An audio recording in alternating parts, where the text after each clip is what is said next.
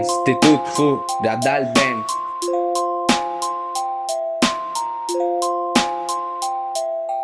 Ara us explicarem l'esclerosi lateral amiotròfica.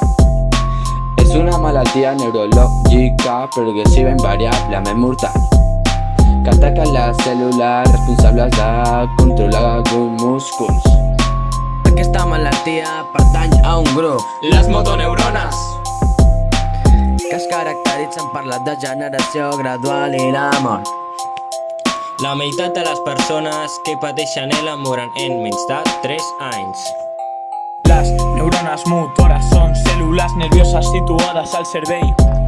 L'escorça cerebral i la mèdula espinal que serveixen com a unitats de control vital. Enllaços de comunicació entre el sistema nerviós i els músculs voluntaris del cos. Els missatges de les neurones motores cerebrals es transmeten a les neurones de la mèdula espinal i d'aquí a cada múscul en particular. Al·lel a les neurones motores superior i inferior degeneren o moren i deixen d'enviar missatges als músculs. Incapaços de funcionar, els músculs s'afebleixen gradualment I es contrauen.